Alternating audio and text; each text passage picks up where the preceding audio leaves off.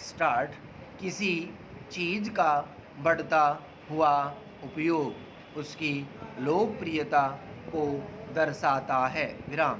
मगर अर्थशास्त्री ग्रेसम का यह नियम भी ध्यान रखना चाहिए कि बुरी मुद्रा अच्छी मुद्रा को चलन से बाहर कर देती है विराम। भारत में प्लास्टिक का उपयोग बेतहाशा बढ़ने के पहले सामाजिक और सामुदायिक अवसरों पर जिन बर्तनों का उपयोग किया जाता था वे अपशिष्ट नियंत्रण की चिंता पैदा नहीं करते थे विराम। केवल उनका प्रबंधन करना होता था विराम। लेकिन प्लास्टिक के साथ ऐसा नहीं है विराम। एक अनुमान के अनुसार हर साल 80 लाख टन हानिकारक प्लास्टिक समुद्र में फेंक दिया जाता है जो न केवल पारिस्थितिकी को परोक्ष रूप से नुकसान पहुंचा रहा है बल्कि समुद्री जीव जंतुओं के लिए भी जान का दुश्मन बन गया है विराम। इसके अलावा प्लास्टिक से होने वाला माइक्रोस्कोपिक प्रदूषण मिट्टी हवा पानी और भोजन पर भी प्रतिकूल प्रभाव डाल रहा है विराम।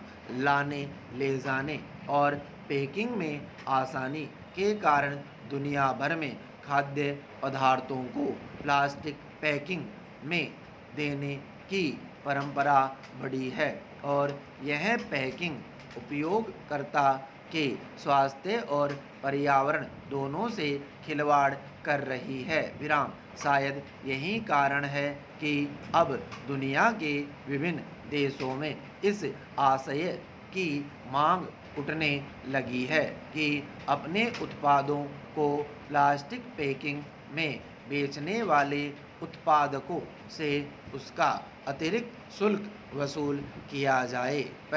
लगभग 33 देशों में प्लास्टिक की विशिष्ट थैलियों पर प्रतिबंध है लेकिन प्रतिबंध के नियमों की पालना सुनिश्चित करने वाली एजेंसियों के ढुलमुल रवैये के कारण कानून अपना काम नहीं कर पा रहा है विराम।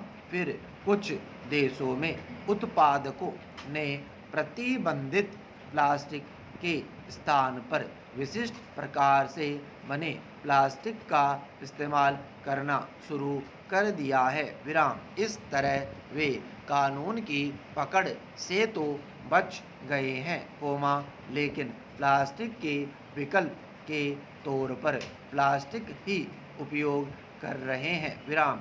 विकसित देशों में बुद्धिजीवियों के एक वर्ग ने कहा कि सामान्य प्लास्टिक के स्थान पर पेड़ों से तैयार किया जाने वाला जैविक प्लास्टिक अधिक पर्यावरण अनुकूल हो सकता है विराम। लेकिन अध्ययनों में पाया गया कि कुछ मायनों में तो जैविक प्लास्टिक का प्रबंधन कृत्रिम प्लास्टिक से भी अधिक दुरूह है और हानिकारक हो सकता है विराम। पर्यावरण के लिए इसके अपने खतरे हैं ही।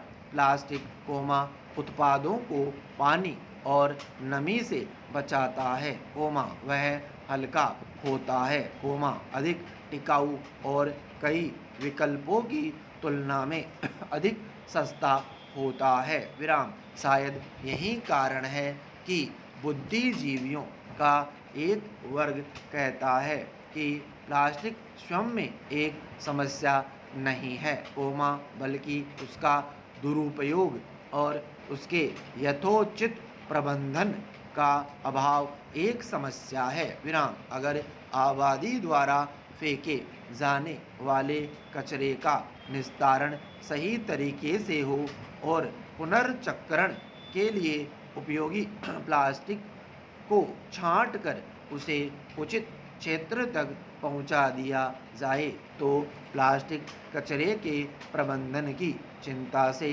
कुछ हद तक पार पाया जा सकता है विराम। मगर दुनिया इस मामले में बहुत गंभीर दिखाई नहीं देती। विराम इस मामले में भारत के आंकड़े आश्चर्यजनक रूप से अनेक तकनीक संपन्न देशों की तुलना में प्रभावशाली है। विराम पैरा पॉलीथिलीन टेराप्थलेट नामक प्लास्टिक का उपयोग शीतल पेय बनाने वाली बोतलों के निर्माण में होता है और भारत में इन बोतलों के प्लास्टिक को 90% की दर से पुनर्चक्रीकरण के माध्यम से काम में ले लिया जाता है, जबकि जापान जैसे देशों में यह दर 72.1% और यूरोप में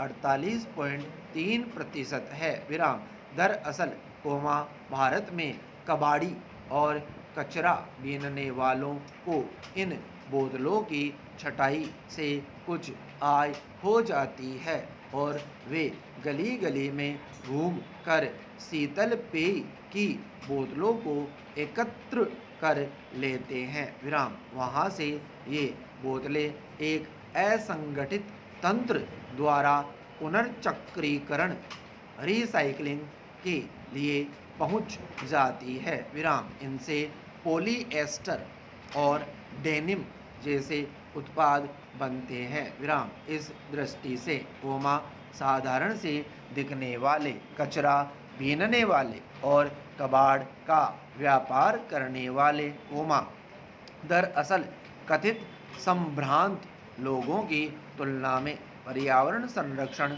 में अधिक महत्वपूर्ण भूमिका निभाते हैं। पैरा अगर शहरी कचरे का निस्तारण सही तरीके से हो तो यह काम आसान हो सकता है। विराम अप्रैल 2016 में जब भारत में शहरी कचरे के निस्तारण से संबंधित कानून बना था तो उसमें यह भी प्रावधान था कि प्लास्टिक उत्पादक 6 महीने की अवधि में प्लास्टिक के पुनर्चक्रण से संबंधित संयंत्रों की भी स्थापना करेंगे। विराम बहरहाल अब तक ऐसा कितने उत्पादकों ने किया होगा, विराम सब जानते हैं। विराम फिर प्लास्टिक के पुनर्चक्रीकरण में कुछ तकनीकी समस्याएं भी है। विराम मसलन प्लास्टिक पैकिंग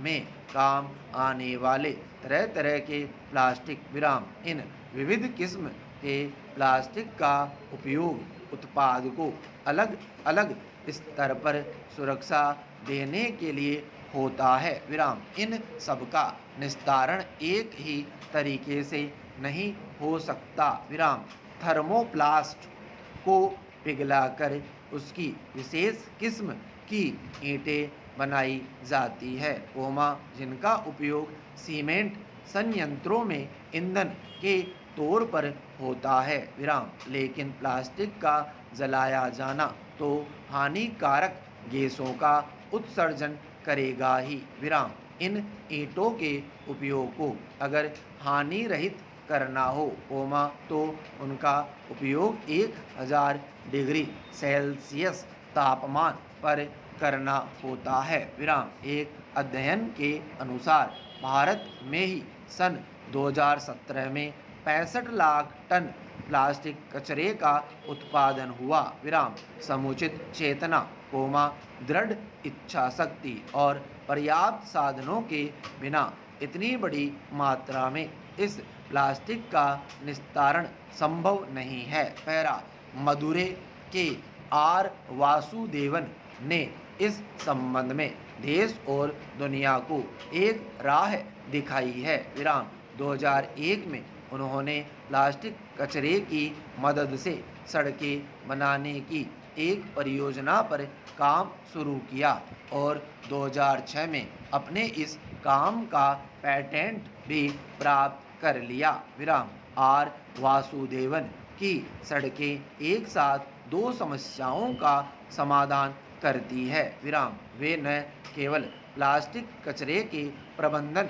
का रास्ता बताती है बल्कि सड़कों पर बार बार पड़ने वाले गड्ढों की समस्या से भी आम आदमी और तंत्र को निजात दिलाती है, क्योंकि ये सड़कें जल प्रतिरोधक होती है और बनाए जाने के बरसों बाद भी उन पर गड्ढे नहीं पड़ते। विराम स्टॉप।